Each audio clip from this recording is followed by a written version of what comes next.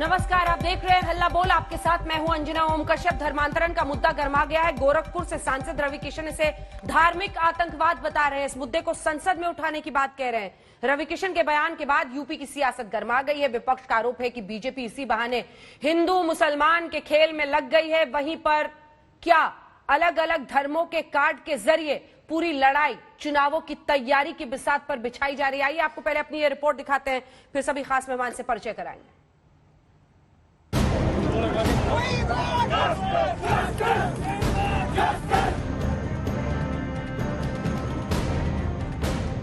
कश्मीर में जबरन धर्मांतरण का मुद्दा सामने आया। 2 दिनों से सिख समुदाय का गुस्सा दिख रहा था, लेकिन अब इस मुद्दे पर सामने आए हैं उत्तर प्रदेश चुनावों से पहले गोरखपुर के बीजेपी सांसद रवि किशन। रवि किशन ने धर्मांतरण को धार्मिक आतंकवाद और देश विरोधी ठहराते हुए इसे लोकसभा में उठाने का ऐलान किया है। रवि किशन ने कहा कि सिर्फ यूपी और कश्मीर नहीं, बल्कि कई राज्यों में धर्मांतरण का खेल चल रहा है। रवि किशन को लगता है कि धर्मांतरण के लिए करोड़ों का फंड मुहैया कराया जा रहा है।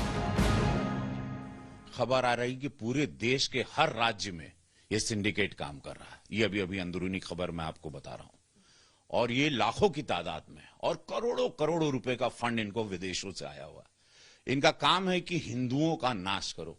इनका काम है इस सिंडिकेट का हिंदुओं को जड़ से खत्म करो, क्योंकि एकमात्र देश है पूरे वर्ल्ड में जहां हिंदू ज्यादा बसते हैं, और ये बहुत बड़ी इसमें विदेशी ताकतें ज्यादा लगी और विदेशों का पैसा है। विपक्ष इस बयान में चुनावी चाल देख रहा है। विपक्ष का आरोप है कि बीजेपी चुनावों की बिसात पर धर्मांतरण का विवाद भुनाकर हिंदू मुस्लिम खेल खेलने में लग गई है।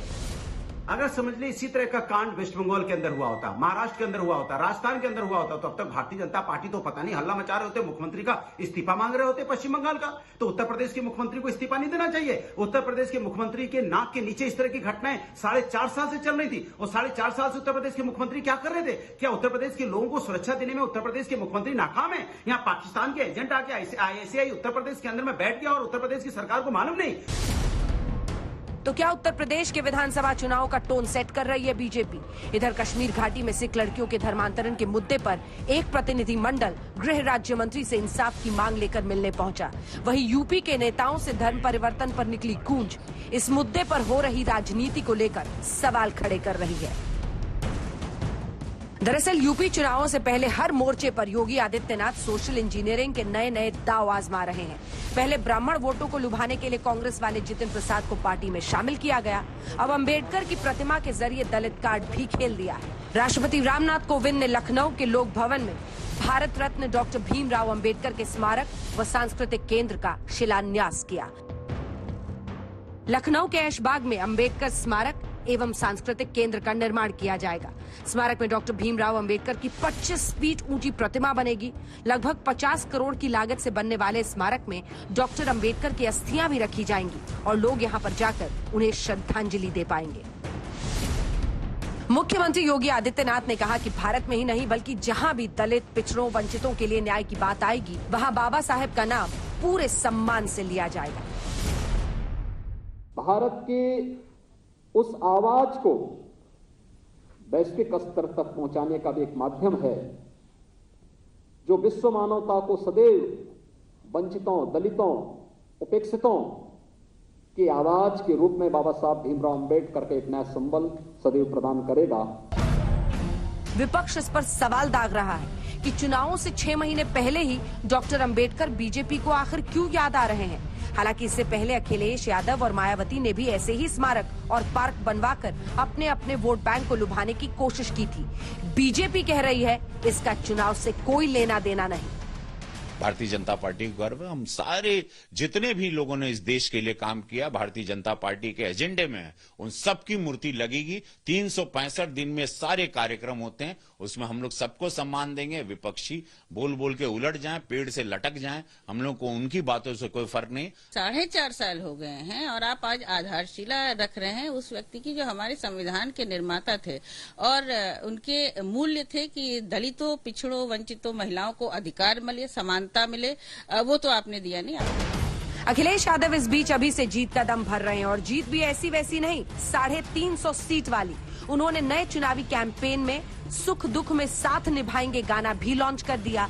बीजेपी 300 सीटों पर जीत का दावा ठोक चुकी है। जीत के इन दावों के बीच धर्म परिवर्तन से लेकर दलित कार्ड का मुद्दा एक बार फिर चुनावों से पहले यूपी में जोर पकड़ रहा है। गोरखपुर वाले सांसद रवि किशन की इस मुद्दे पर एंट्री साफ बता रही है कि मुद्दा चुनावों तक गर्म रखने की तैयारी पूरी है। आज तक ब्यूरो। प्रेम शुक्ला प्रवक्ता भारतीय जनता पार्टी के सुप्रिया श्रीनेत, प्रवक्ता कांग्रेस पार्टी के अनुराग भदौरिया, प्रवक्ता समाजवादी पार्टी के सुधींद्र भदौरिया साहब, नेता बीएसपी के संगीत रागी, राजनीतिक विश्लेषक हमारे साथ जुड़ रहे हैं। प्रेम शुक्ला जी, मोदी जी की सरकार केंद्र में, योगी जी की सरकार राज्य में, अभी आप लोग माहौल ही बना रहे हैं धर्मांतरण पर। जो करना है करिए ना सर, हम इसे सदन में उठाएंगे। आप लोग तो अलग अलग राज्यों में कानून ला रहे हैं ना, कर रहे हैं ना। माहौल बनाने के लिए बोल रहे हैं क्या रवि किशन साहब ये सब यूपी चुनावों से पहले? जी, आपको क्या लग रहा है कि उत्तर प्रदेश में जब कानून बनाया गया तो माहौल बनाया जा रहा था, मध्य प्रदेश में कानून बनाया गया तो माहौल बनाया जा रहा था? देखिए, लगातार धर्म परिवर्तन करने का ये जो जिस तरह का दुष्ट चक्र पैदा किया गया है और जिस तरह के लोग खड़े किए गए हैं, जिस तरह का उत्तर प्रदेश के एंटी टेररिस्ट स्क्वाड ने जिस तरह के लोगों को गिरफ्तार किया है और उनसे जो सामग्री बरामद हुई, जिस तरह का अंतर्राष्ट्रीय रैकेट सबके सामने आया है, जिस तरह से अंतर्राष्ट्रीय फंडिंग हो रही है, ऐसे में और मूक बधिरों तक को नहीं छोड़ा जा रहा है, मूक बधिरों तक को आप जो है कन्वर्ट कर दे रहे हैं। ऐसे में इस तरह के अपराध के विरुद्ध कार्रवाई करने की बात करना यह अपराध हो गया। अपराधियों के साथ खड़े होने की कहीं तो कोई सीमा होगी। समाजवादी पार्टी और कांग्रेस अपराधियों के साथ खड़े हो जाएंगे, जिहादियों के साथ खड़े हो जाएंगे, क्योंकि भारतीय जनता पार्टी का विरोध करना है। तो ये तो किसी के विरोध में इस तरह से अंधा होना, इससे क्या हासिल होगा? क्या ये सत्य नहीं है कि उत्तर प्रदेश की पुलिस ने जो गिरफ्तारियां की हैं, उससे जो रैकेट का पर्दाफाश हुआ है, उससे पूरे राष्ट्रीय स्तर पर जिस तरह का रैकेट चल रहा है और उसके जो अंतर्राष्ट्रीय कनेक्शन है, क्या उनकी जांच होना, उनके खिलाफ कार्रवाई किया जाना आवश्यक नहीं है? और अगर इस पर संसद में अगर जिक्र करने की बात हो जाए तो इसको चुनाव से आप जोड़ देंगे। मध्य प्रदेश में जब कानून बन रहा था तब तो वहां कोई चुनाव नहीं हो रहा था। उत्तर प्रदेश में आज से साल भर पहले जब कानून बनाने की बात हुई लव जिहाद के विरुद्ध, तब तो कोई जो है कानून कोई चुनाव नहीं था। तो धर्मांतरण के विरुद्ध तो भारतीय जनसंघ के जमाने से हमारी भूमिका है। सुप्रिया श्रीनेत जी, इसमें हिंदू मुस्लिम का खेल कैसे हो गया? अपराध है? मुझे इस विषय पर सिर्फ इतना कहना है कि इसके लिए कानून है, उसका स्ट्रिक्टली पालन होना चाहिए। स्वतंत्रता है धर्म की, लेकिन जबरन कहीं पर भी अगर कुछ हो रहा है बिल्कुल सख्ती दिखाइए, एब्सोल्यूट सख्ती दिखाइए। इसमें प्रावधान है कानून का, कानून संबंध आप कार्रवाई करिए, इसमें किसी को क्या आपत्ति हो सकती है। लेकिन मेरा सिर्फ इतना कहना है कि 6, 7, 8 महीने जो बचे हैं आज चुनाव में, आज लोग सवाल पूछेंगे ना कि 5 साल में कितने रोजगार बने, 5 साल में महिलाओं के खिलाफ अपराध क्यों बना, राजनीतिक संरक्षण अपराधियों को क्यों मिला, 5 साल में दलितों के खिलाफ अपराध क्यों बढ़े, 5 साल में जो ठोकर राजनीति थी उसके चलते क्या अपराध कम हुआ उत्तर प्रदेश में या बढ़ गया? उत्तर प्रदेश में विकास की आज कौन बात करता है? 5 साल पहले जो वादा किया गया था बिना गड्ढों की सड़कें होंगी उत्तर प्रदेश में, अब तो गड्ढों में सड़कें ढूंढ रहे हैं लोग। तो लोग ये सवाल पूछेंगे, तो मुद्दों से ध्यान मत बताइए। मुझे ऐसा लगता है कि किसान मुद्दा है, बेरोजगार मुद्दा है, जिस तरह की भर्तियां रुकी हुई हैं, भर्तियां करा नहीं पाती है राज्य की सरकार, ज्यादातर जाके कोर्ट में रुक जा रही हैं, चाहे संविदा पर लोग हो, चाहे आशा बहुएं हो, आंगनवाड़ी के लोग हो, शिक्षक हो, पुलिस की भर्तियां हो, कौन सुखी है उत्तर प्रदेश में? मैं ये जानना चाहती हूँ। किसान सड़कों पर है उत्तर प्रदेश का, उसको व्यथित करने के लिए, परेशान करने के लिए उत्तर प्रदेश की सरकार उसके खिलाफ मुकदमे लगेगी। डॉक्टर अगर ऑक्सीजन की मांग कर लेगा तो एनएसए लगा दी जाएगी, उनको जेल में डाल दिया जाएगा। ये कौन सी सरकार चल रही है? और जब इन सब चीजों का जायजा लेने का, इन सब चीजों पर सवाल पूछने का वक्त आया है तो इधर उधर की बातें इसके लिए कानून है, बिल्कुल कानून का पालन करिए, स्ट्रिक्टली अध्ययन करिए, जो गलत कर रहा है उसको सख्त से सख्त सजा दीजिए। लेकिन यहां पर मुद्दों की बात होगी, सवालों की बात होगी। धर्मांतरण आपको विषय नहीं लगता अनुराग भदौरिया जी? रवि किशन तो कह रहे हैं आप लोग बोल बोल के उलट जाइए, पेड़ से लटक जाइए, उनको जो करना है वो करेंगे। अब रवि किशन के बारे में सभी जानते हैं, मैं ज्यादा कुछ नहीं बोलूंगा। बात यह है कि उत्तर प्रदेश के अंदर में अभी कांग्रेस की प्रवक्ता बता रही थी, भारतीय जनता पार्टी की सरकार केंद्र में भी है, राज्य में भी है और कानून भी है। ये रोंदू सरकार है, रोंदू होती है ना, रोने के लिए आते हैं। भाई सरकार आपकी है, पुलिस आपके पास है, कोई अगर इस तरह की घटना हो रही है, कांड कर रहा है तो आप सख्त से सख्त कार्रवाई कीजिए। रोते क्यों हैं आप? आप किसी के ऊपर कार्रवाई नहीं कर पाते? महिलाओं पर अत्याचार होता है, रात के अंधेरे में बच्ची को जला दिया जाता है, उसके ऊपर बिना वहां कार्रवाई आप नहीं कर पाते हैं। यहाँ बच्चों की या आपने देखा कोरोना काल में लोगों की मौतें हो रही, आप वहां पे ऑक्सीजन नहीं दे पाए, किसी के ऊपर कार्रवाई आप नहीं कर पाए। आप कार्रवाई करते कहाँ हैं? मैं आपसे पूछना चाहता हूँ, किस पे आपने आज तक कार्रवाई की है? आप सिर्फ यहाँ पे जैसा कहते हैं माहौल बनाते हैं। आपको लगा कि आपके पास बेरोजगारी सबसे बड़ा मुद्दा है उत्तर प्रदेश के अंदर में, महंगाई सबसे बड़ा मुद्दा उत्तर प्रदेश के अंदर में। उत्तर प्रदेश के अंदर में आपने देखा होगा लगातार यहाँ पे बैंक इनकाउंटर भी हुए हैं, लेकिन आपने कहा कि यहाँ पे हमने सब भ्रष्टाचार खत्म कर दिया। और सबसे ज्यादा भ्रष्टाचार उत्तर प्रदेश में देखने को मिला, चाहे मेडिकल इक्विपमेंट घोटाला हो, चाहे टीचर भर्ती घोटाला हो, चाहे पशुधन विभाग में घोटाला हुआ हो, चाहे यहाँ पे इन्होंने जिस तरह का आपस में देखा, कहते हैं जिला पंचायत सदस्यों को खरीदने फरोखने में, डराने में, धमकाने में। बताइए, सदस्यों के घर तरफ जो रोड जा रही है उसको खोद दे रहे हैं। बताइए, जिला पंचायत सदस्य के घर के तरफ जो रोड जा रही है उसको बुलडोजर चला दे रहे हैं, उसको घर में नजरबंद कर दे रहे हैं, उसको पकड़ के जाके उसके हॉस्पिटल में या जेल में डाल दे रहे हैं। कमाल है भाई, कैसी सरकार है ये? आप किस पे कार्रवाई कर रहे हैं? आप सिर्फ सत्ता पाने के लालच में सिर्फ एक धर्म की नहीं, ये महंगाई बेरोजगारी की वजह से आप पूरे जनमानस को खतरे में डाल रहे हैं, पूरे जनमानस को। और सुन लीजिए, आप भारतीय जनता पार्टी समस्या का समाधान नहीं करती है, समस्या के सामने एक दूसरी समस्या लाके खड़ी कर देती है। ये पूरे देश को उलझा के रखना चाहते हैं, इनको किसी समस्या का समाधान नहीं करना है, ये समस्या पे समस्या सुधींद्र भदौरिया साहब, हिंदू मुस्लिम पैदा करके ठीक है, हिंदू मुस्लिम मुद्दों में देश को उलझा कर रखना चाहते हैं, या फिर दलित कार्ड की पॉलिटिक्स की बात आ रही है। तो ये समझाइए ना कि मायावती जी की मूर्तियां, अम्बेडकर जी की मूर्तियां अगर मायावती जी लगवाएं तो दिक्कत नहीं है, लेकिन अगर बीजेपी लग जाए तो परेशानी हो गई है। देखिए, आपने दो प्रमुख बातें उठाई हैं, एक उठाई है धर्मांतरण की और दूसरा आपने दलित प्रश्न को फिर से यहाँ पर रेखांकित किया। तो मैं अवश्य कहना चाहूंगा, ये चुनाव जब आता है, इस प्रकार के भारतीय जनता पार्टी की ये आदत है। बंगाल के चुनाव में आपने देखा होगा किस प्रकार की धार्मिक वहां पर अस्मिता, धार्मिक टकराव, धार्मिक विभेद पर कितना टकराव पैदा किया गया। और जैसे ही चुनाव संपन्न हो गए, उसके बाद न भारतीय जनता पार्टी उस पर बोल रही है, न उनको बोलने की जरूरत पड़ रही है। तो ये एक रस्म अदायगी सा इनका रहता है, जब भी चुनाव जहां होगा वो धर्म का टकराव। अब पंजाब में भी है तो वहां पे भी कुछ टकराव पैदा करेंगे।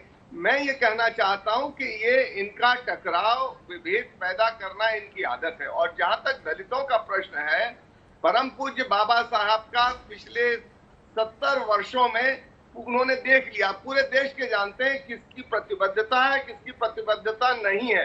सुश्री बहन मायावती जी जब मुख्यमंत्री बनी तो मान्यवर काशीराम जी ने जिस प्रकार के वहां पर पहल की, उनको जमीन दिलवाने में, उनको शिक्षा में आगे बढ़ाने में, उनको जीवन के हर क्षेत्र में बढ़ाने में उन्होंने पहल की।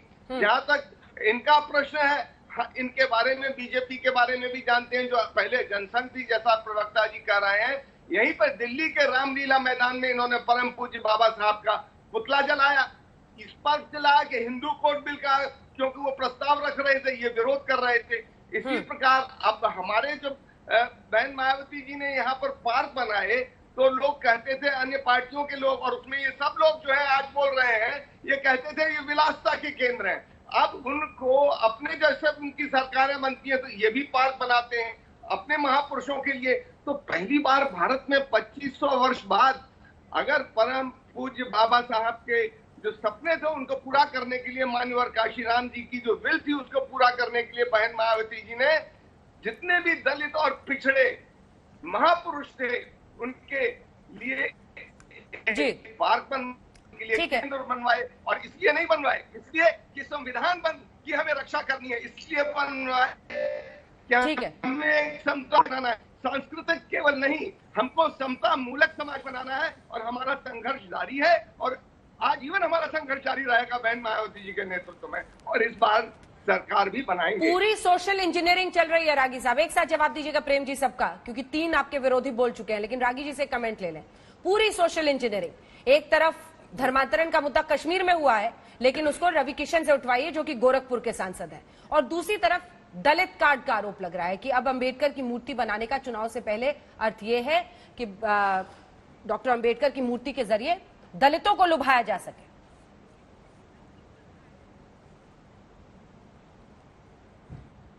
आवाज नहीं आ रही है। प्रेम शुक्ला जी आप जवाब दीजिए। प्रेम शुक्ला जी। जी, देखिए, दलितों को लुभाने की जहां तक बात है, देखिए पंच तीर्थों का निर्माण जो है भारतीय जनता पार्टी के केंद्र सरकार में बैठने के बाद ही हुआ।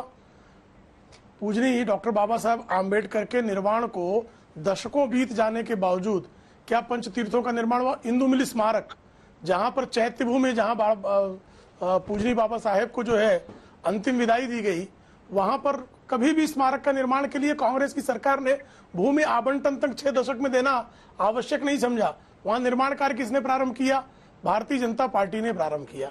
तो भारतीय जनता पार्टी का पूजनीय बाबा साहेब आम्बेडकर के उनके विचारों के प्रति समर्पण निश्चित तौर पर है, और उसके लिए जो है किसी से पूछने की आवश्यकता नहीं है। डॉक्टर बाबा साहब आम्बेडकर जो हैं किसी के ब्रांड नहीं अकेले की, बस इन्हीं के डॉक्टर बाबा साहब आम्बेडकर हैं, सब सारे समाज के, पूरे देश के हैं, संविधान निर्माता हैं। और डॉक्टर बाबा साहब आम्बेडकर के प्रति हमारी श्रद्धा है, और वो श्रद्धा का हम प्रदर्शन बारंबार करते रहेंगे। उसमें किसी को भी राजनीति दिखती हो तो अपनी राजनीति देखता रहे वो, उसमें हमें कोई। अब दूसरी बात जो कह रहे हैं अनुराग भदौरिया कि ये धर्म पर कार्रवाई जो है, कि कार्रवाई करेंगे ना, हम नहीं किया। आपने कभी सुना था कि अगर अखिलेश सिंह यादव की सरकार होती तो कार्रवाई होती? इमाम को जो है इनाम दिया जाता। अच्छा हुआ तुमने बहुत धर्मांतरण कर दिया हमारे लिए, वोट बैंक का विस्तार कर रहे हो। ये भारतीय जनता पार्टी की आदरणीय योगी आदित्यनाथ की सरकार है, आदरणीय नरेंद्र मोदी जी का नेतृत्व है, जिसमें अपराधी को अपराधी की तरह डील किया जाता है। कह रहे अपराध बढ़ गए। मुख्तार अंसारी को पंजाब से खींच कर लाने के लिए पंजाब में कौन उसको संरक्षण दे रहा था? क्यों पंजाब की सरकार मुख्तार अंसारी जैसे अपराधी के साथ खड़ी हो जाती है? क्यों प्रियंका वाड्रा इस तरह के निर्देश देती है कि एक अपराधी को जो है उत्तर प्रदेश से उठाकर ले जाया जाए और पंजाब में संरक्षण दिया जाए, और पंजाब की आम जनता के तिजोरी से जो धन जमा हुआ है वो धन खर्चा किया जाए। ये इनकी स्थिति है। और अतीक अंसारी कब गए जेल? एक जिले को जो है आपने माफिया का हवाले कर दिया था। सब जगह माफिया का विध्वंस किसने किया? ये योगी आदित्यनाथ की सरकार का साहब, जिसने जो है माफिया का ध्वंस किया पूरी तरह से उत्तर प्रदेश में। अच्छा तो मैं बोल दूं, मैं गिना दूं माफिया। ये माफिया का विध्वंस कर रहे हैं। यहाँ पे उत्तर प्रदेश के अंदर में भू माफिया पैदा हो गए, शराब माफिया, माने हर जिले में जहरीली शराब पीने से लोगों की मौतें हो रही है, मर रहे हैं लोग। पता है एक एक जिले में 100 लोग। थोड़ा नोट कर लीजिए। महिलाओं पर अत्याचार माफिया पैदा हुए उत्तर प्रदेश के अंदर। महिला अत्याचार में नंबर 1 हो गया। किस माफिया को आपने खत्म कर दिया? यहाँ पे हत्याएं, चोरी, डकैती, लूट मार, बलात्कार सब ज्यादा उत्तर प्रदेश में कंट्रोल कर दिया। आपने यहाँ ठोको नहीं हाईकोर्ट का आदेश पढ़ लीजिए। किसी का यहाँ पे किस तरह से आपकी कर पाया। मुलायम सिंह यादव जी की सरकार से लेकर अखिलेश सिंह यादव की सरकार तक गए थे। आपने खाद्यान्न घोटाला आपने किया। आपने दलितों को खाद्यान्न घोटाला याद है कि भूल गए? उनके खाट पे बैठना पसंद नहीं किया, उनको भूल गए जी, उनकी मोछे नोच ले रहे हो। ये आपके मंत्रियों का बिहेवियर था, आपके विधायकों का बिहेवियर था। जिलों में बेच दिया था आपने। यहाँ बैठ के जो दलितों का छोड़ा पानी करने वाले जो है उनके खाट पे बैठना नहीं चाहते, उनके घर में इलाहाबाद हाईकोर्ट का फैसला पढ़ लीजिए 2009 का। आप चले गए 5 स्टार होटल में, 5 स्टार होटल से खाना मंगाने के लिए। कमाल की बात करें। उत्तर प्रदेश का ध्यान मत भटकाइए, जनता का असली मुद्दों पे रहिए। असली मुद्दों पे माफियाओं के खिलाफ कार्रवाई क्या कभी समाजवादी पार्टी की सरकार में हुई थी? पैदा किए हैं बलात्कारी गायत्री प्रजापति को तो आप जो है विशेष करके मंत्रिमंडल में शामिल करते थे। शामिल होकर टिकट ले ले और विधायक, सांसद और मंत्री भी बन जाए। माइनिंग माफिया गायत्री प्रजापति बलात्कार करने के बाद भी अखिलेश सिंह यादव के चुनाव कंधे से कंधा सटाकर मंच पे खड़ा होता था। विधायक ऐसे जो संगीन मुकदमे में 114 विधायक हैं, जिनमें संगीन मुकदमे निकाल के बाहर फेंकिए। आपके मुख्यमंत्री पे मुकदमे, आपके डिप्टी मुख्यमंत्री मुकदमे निकाल के बाहर फेंकिए। अरे आप तो अपराधियों का अपराधियों जो है समाजवादी पार्टी के संस्थापक अपराधियों के परिवार में आते थे, और कांग्रेस के कार्यकाल में उनके एनकाउंटर की बात तक चल रही थी। मुकदमे हटा रहे हो। रागी जी बोलने एक बार फिर सुप्रिया जी फौरन आपके पास आऊंगी, उनसे एक कमेंट सुनिए। रागी जी, एक तरफ मुकदमे हटा रही मंत्रियों के ऊपर से और समाजवादियों पे लगा रही है। एक तरफ धर्मांतरण के बहाने यूपी चुनावों से पहले धर्मांतरण का मुद्दा उठाकर हिंदू मुस्लिम डिवाइड को इनकैश किया जाए, दूसरी तरफ दलित कार्ड खेलने का, ये सब चुनावों की तैयारी है।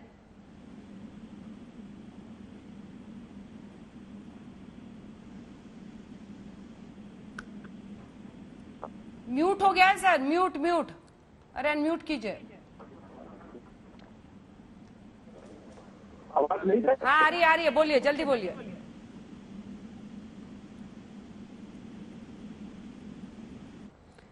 किसी ऑडियो में प्रॉब्लम है। सुप्रिया श्रीनेत जी,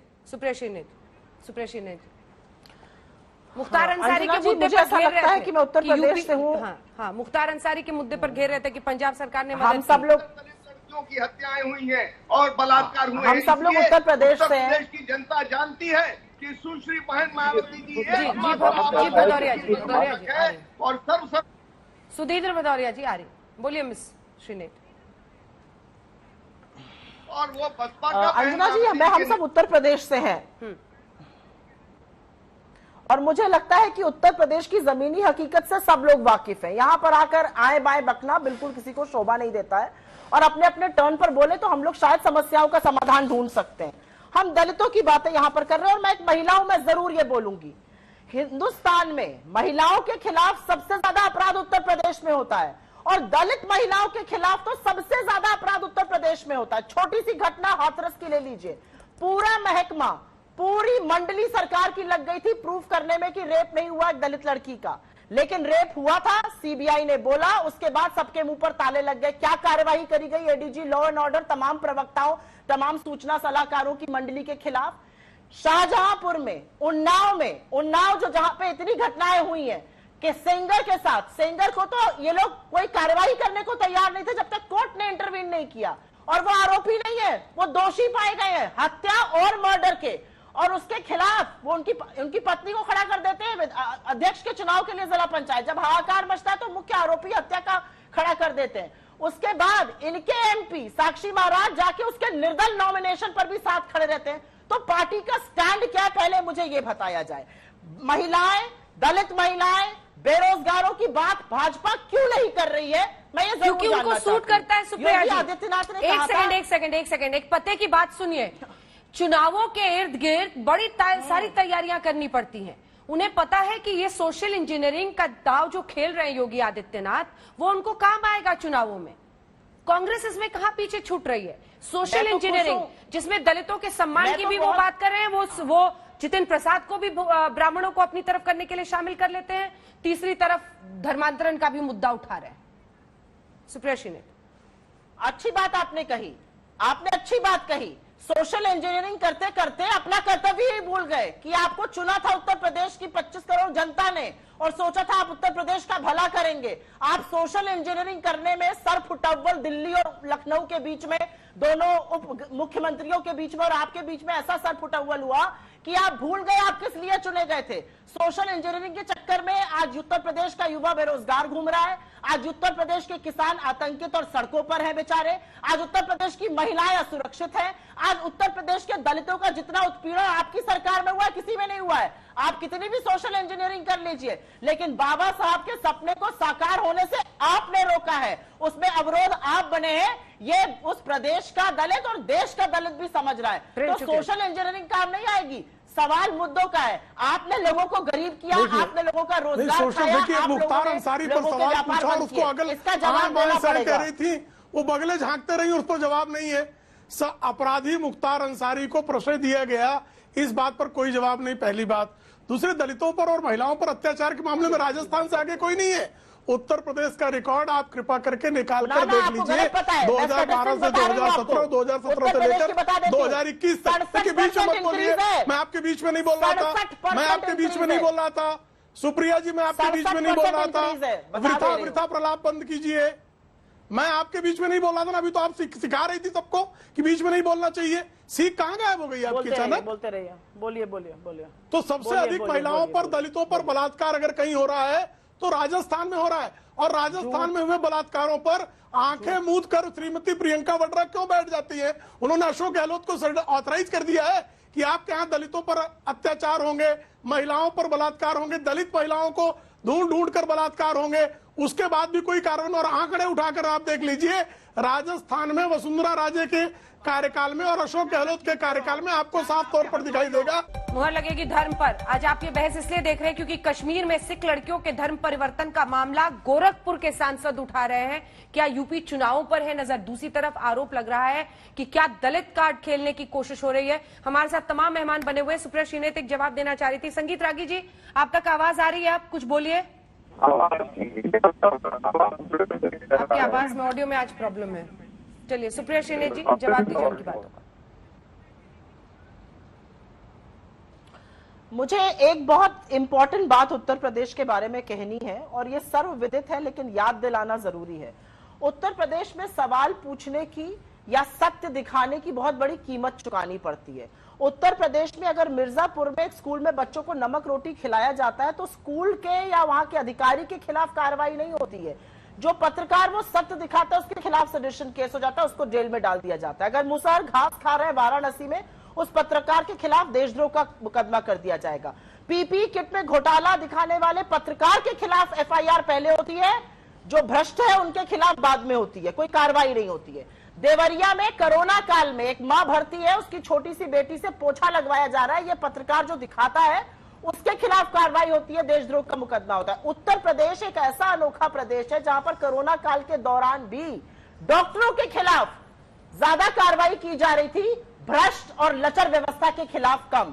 और इसीलिए शायद हमारे देश में जहां पर 1/6 आबादी रहती है, 25 से 26 करोड़ जनता है जहां की, वहां पर सिर्फ अभी 44 लाख डबल डोज लगी है वैक्सीन की। ये उत्तर प्रदेश की असलियत है, ये उत्तर प्रदेश की सत्यता है। इस पर होगा चुनाव। आपने भले किसानों को दबाने के लिए पुलिस महकमे में डीआईजी रैंक के अधिकारियों को नोडल ऑफिसर बनाकर नहीं निकलने दिया हो कई कई जगहों से लोगों को, गांवों से। आपने भले गांवों में कह दिया हो कि टाइफाइड से मौत हुई है, आपने भले नदी में शव बहा दिए हो और शव दफना दिए हो नदी के किनारे, सत्य छुपेगा नहीं और इस चुनाव में वो सत्य उजागर होगा और उठ के प्रेम शुक्ला जी जवाब दीजिए। भाजपा को सत्य का सामना करना पड़ेगा। प्रेम शुक्ला जी, देखिए संकट ऐसा है कि इनके पास सकारात्मक चीजों पर बोलने के लिए कुछ तो है नहीं। उत्तर प्रदेश अकेला राज्य जिसमें 4 साल में वहां की जीडीपी डबल हो गई। कांग्रेस का एक राज्य दिखा दीजिए जहां पर जीडीपी डबल हुई है किसी भी 5 वर्ष के कार्यकाल में। आप 1952 से लेकर आज तक का इतिहास दिखा दीजिए, मेरी चुनौती है। उत्तर प्रदेश में पर कैपिटा इनकम जो है डबल हो गई। और उत्तर भारत आंकड़े हैं, यूं मत कीजिए जी, ये यूं करने से कुछ होता जाता नहीं है। ये सत्य है, आंकड़े हैं सबके सामने और पब्लिक डोमेन में है, कोई मैं कहीं से निकाल के नहीं लिया। और दूसरी बात, आप जो लाशों की बात कर रही हैं, इलाहाबाद हाईकोर्ट के ऑर्डर को पढ़ लीजिए दुष्प्रचार करने से पहले। ऐसा ना हो कि राहुल गांधी की तरह झूठ बोलकर सुप्रीम कोर्ट में जैसे माफी मांगनी पड़े, सारे आपके प्रवक्ताओं को माफी मांगनी पड़े। जिस तरह से राहुल गांधी झूठ बोलने वाले शपथ पत्र दायर करके स्वीकारा कि मैं झूठा हूं, सुप्रीम कोर्ट को भी मैं कोर्ट करके झूठ बोल सकता हूं। ये गलत है। आप कृपा करके बताइए ना, महाराष्ट्र में कोविड सेंटर की रिपोर्टिंग करने पर एबीपी माझा के रिपोर्टर को पूरा कर लेने दीजिए, मैं आ रही हूं, उनको पूरा कर दीजिए। प्रेम जी बोलिए। एबीपी माझा के रिपोर्टर को जेल में डाल दिया आपने।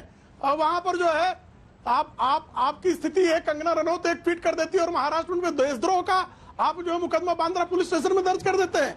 बांद्रा में भीड़ जमा होती है और आप बाबा सिद्दीकी नाम का जीशान सिद्दीकी नाम का जो है एमएलए करता है और उसके बाद जो है आप पत्रकारों की गिरफ्तारियां शुरू कर देती हैं। आपकी स्थिति ऐसी है कि राजस्थान में आप पत्रकार रिपोर्टिंग आपके जो है आपके कांग्रेस में फैक्शनल वॉर होता है और मुकदमे आप पत्रकारों पे दर्ज करते हैं, आप एमएलए का टेलीफोन टेप करते हैं। आप बताएंगे सुशासन? अरे माफियाओं को खत्म करने का पराक्रम जो है आदरणीय योगी आदित्यनाथ जी ने किया है। जिस तरह से जो है वहां पर लगातार काम हुआ है 5 वर्ष 4 साढ़े 4 वर्षों में, वैसा काम वहां के 30 वर्षों के इतिहास में कोई बता देना, दिखा दे, आंकड़ों में आकर बैठकर बहस कर ले। सिर्फ आरोप लगाना तो ठीक है। अब इलाहाबाद हाईकोर्ट कह रहा है कि यहाँ पर लाशें दफनाने की परंपरा है, उसके बाद भी कोई झूठ बोलना चाहे तो झूठ बोलने की किसी की अभ्यास हो सकता है। जनता झूठों को पहचानती है। सुप्रिया जी, मैं छोटा सा जवाब इसलिए देना चाहती हूं क्योंकि कोर्ट को कभी, जी हाँ, न्यायालयों को कभी भी गलत कोर्ट नहीं करना चाहिए या अवमानना का मामला बन जाता है। हाईकोर्ट ने बिल्कुल नहीं कहा यह परंपरा है। हाईकोर्ट ने पिटिशनर को यह कहा था कि आप इसमें ज्यादा एग्जाम्पल्स और सबूत लेके आइए जिससे हम ज्यादा विस्तृत जजमेंट दे सके।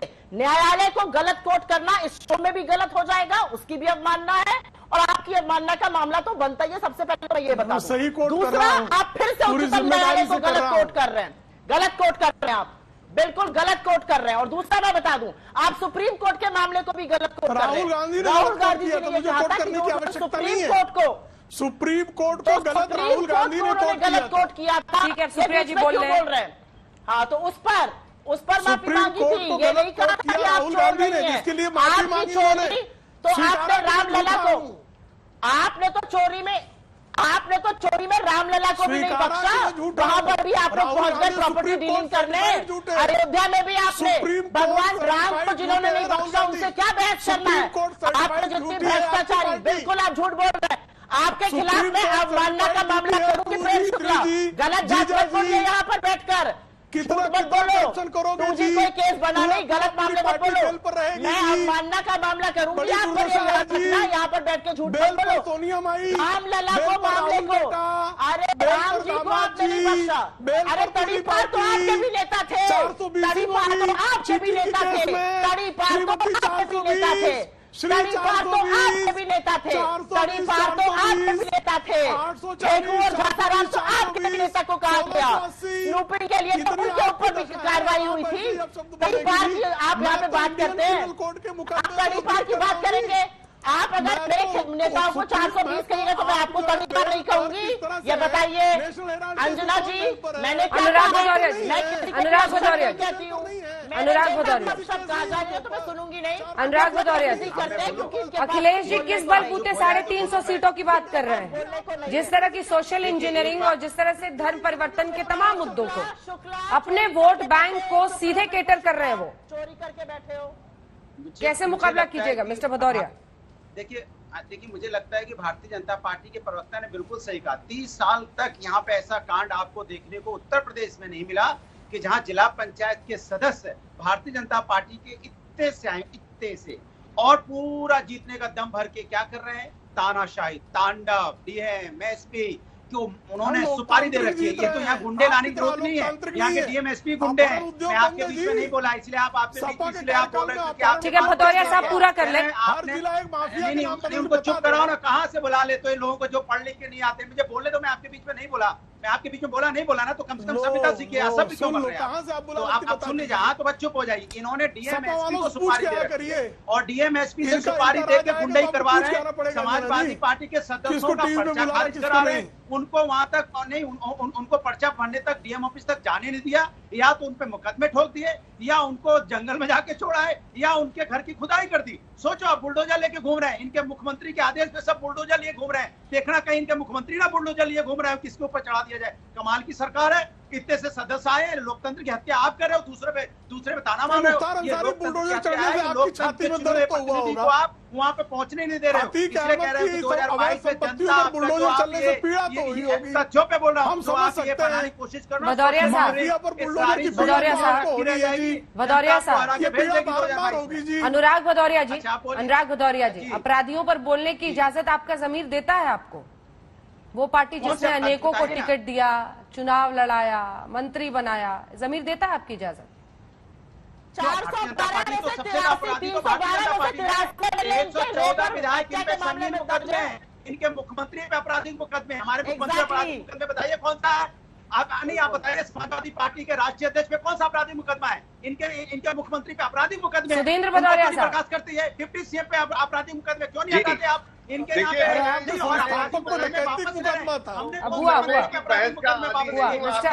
मिस्टर अनुराग भदौरिया प्लीज बारी बारी से बोलिए, बारी से बोलिए। अनुराग जी, उत्तर प्रदेश में सुधींद्र बहुजन समाज पार्टी ने 4 बार सरकार बनाई और इन 4 बारों की कसौटी पे उत्तर प्रदेश की जनता ने सुश्री बहन मायावती जी को मुख्यमंत्री बनाया है।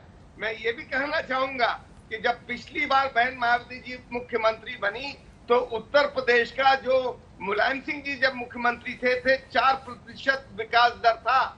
बहन मायावती जी के समय में वही विकास दर 9% गया। आप जीडीपी की बात कर रहे हैं, भारतीय जनता पार्टी के प्रवक्ता। भारतीय जनता पार्टी के शासन में आज -23% पूरे देश का विकास दर हो चुका है, जीडीपी गिर चुका है।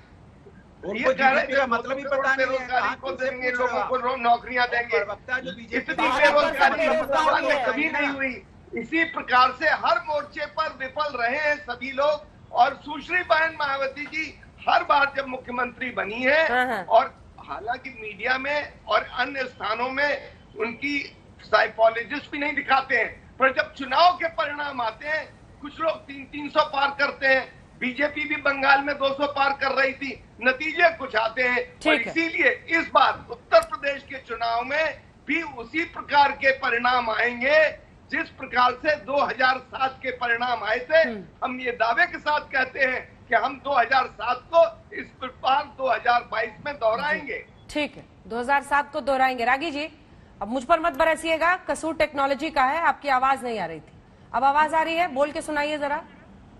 हाँ आवाज आ रही है। ठीक है, धर्मांतरण के मुद्दे पर और इसी के साथ सोशल इंजीनियरिंग की जो कोशिश हो रही है, अंबेडकर की इतनी बड़ी मूर्ति, हालांकि इससे पहले भी जो दोनों थे सबने बनाई है, इसी पर चर्चा हो रही है, चुनाव पर नजर है। तभी रवि किशन कश्मीर कांड पे बोल रहे हैं। संसद में क्या उठाना है सर? कानून बना हुआ, उसको लागू कीजिए, हर जगह बनाइए राज्यों में। देखिए अंजना जी, मैं ये कह सकता हूँ कि 2014 में जब भारतीय जनता पार्टी की सरकार बनी थी, तो कुछ ही दिनों बाद भारतीय जनता पार्टी के जितने सांसद थे उन सबों का वर्कशॉप जो है वो हमने स्वयं पार्लियामेंट्री एनेक्सी में ऑर्गेनाइज किया था, जिसमें मंत्री भी शामिल थे, सांसद भी शामिल थे। तो ये कहना कि भारतीय जनता पार्टी आज चुनाव के समय ऐसा कर रही है, मुझे लगता है कि थोड़ा सा ये गलत होगा। आरएसएस के एकात्मता मंत्र को यदि आप देखेंगे तो अंबेडकर जी शुरू से बहुत 1960 से ही एकात्मता मंत्र के उनके हिस्से हैं, जो आरएसएस की शाखाओं पे और जितने भी कार्यालय हैं वो सुबह सुबह उनका स्मरण किया जाता है। जहां तक धर्मांतरण का मुद्दा है, देखिए ये अंतर्राष्ट्रीय इस्लामिक जिहाद का हिस्सा है। जनसंख्या की वृद्धि, घुसपैठ और जनसंख्या का जो विस्फोट है मुसलमानों का, ये उनके अंतर्राष्ट्रीय जो दारुल इस्लाम का कॉन्सेप्ट है उसका हिस्सा है। यदि ये चीजें बाहर निकाली जाती है और हिंदू मुसलमान हो जाता है तो इसमें किसी का दोष, जो निकालने वाला है उसका दोष नहीं है। जो ऐसा काम कर रहा है, एक अंतर्राष्ट्रीय साजिश और उसका हिस्सा, नेटवर्क का हिस्सा बन रहा है, गलती उसके है साहब। यदि मुसलमानों की जनसंख्या 23% पर एक पाकिस्तान बना, 35% उनको जमीन मिली, 9% मुस्लिम यहीं पर रह गए और आज वो जनसंख्या। यहाँ से एक नई चर्चा आगे छिड़ सकती थी। आप इस्लामिक जिहाद इसको कह रहे हैं, लेकिन वक्त हमें इजाजत नहीं देता। मुहर लगेगी धर्म पर। धर्मांतरण का मुद्दा नए सिरे से यूपी में उठा रहे हैं गोरखपुर के सांसद रवि किशन। कांड कश्मीर में हुआ है, क्या नजर चुनाव पर? इसी पर आप देख लेते हैं हल्ला बोल, देखते रहिए आज तक।